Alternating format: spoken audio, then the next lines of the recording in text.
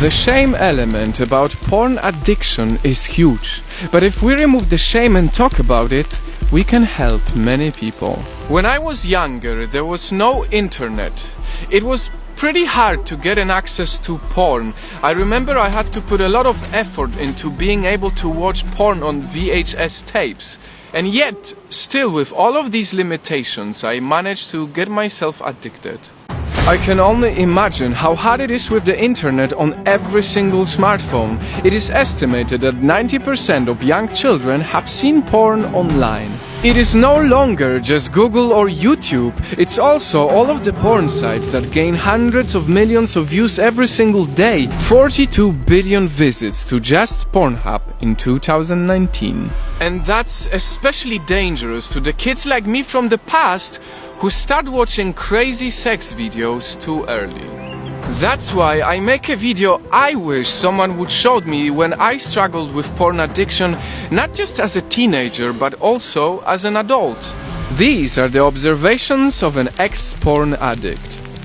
Porn is like a bad diet. When you first start eating all the fast food burgers and drinking sweet sodas, you feel good. It gives you some type of happiness.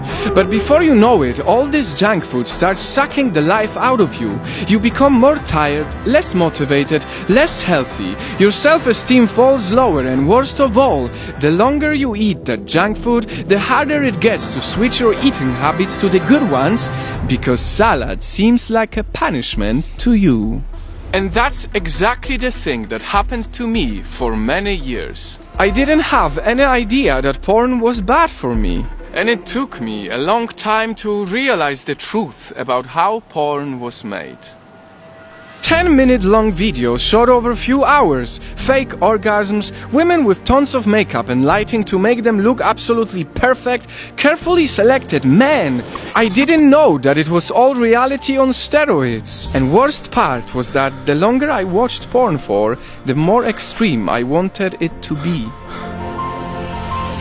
My addiction led me to see some of the darkest human desires. In other words, just as with a bad diet, it started sucking life out of me. I didn't want to keep on watching it, but I couldn't stop. And it's definitely not easy to open up about it. Earlier in this video I said how the shame element in porn addiction is huge.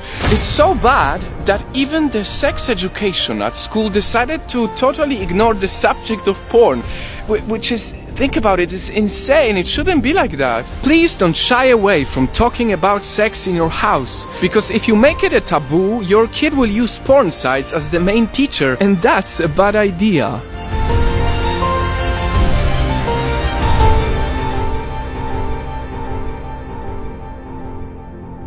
Don't get me wrong, porn can be good for some adults. But there is nothing right in porn if it starts at a young age and ends up being the first real addiction to millions and millions of people all across the world. And that's why, despite the shame, I decided to open up, because I know it can help. There are many problems around the world that we can see.